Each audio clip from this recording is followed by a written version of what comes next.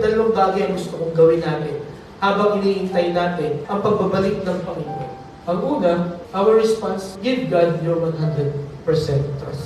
Buuin nyo yung 100%. Sapagkat, pag nakita nyo itong mga tandang ito, ibig sabihin, totoo ang Panginoon sa kanyang mga pangako. Totoo ang Panginoon sa kanyang mga salita. Tutupad talaga siya. Kung yung unang pagdating ng Panginoon ay nangyari, how much more yung pangalawa?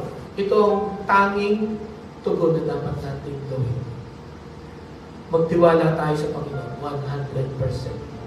Lahat ng ginagawa natin, ibigin natin yung best natin. Sapagkat sa pamagitan doon, we will glorify the Lord.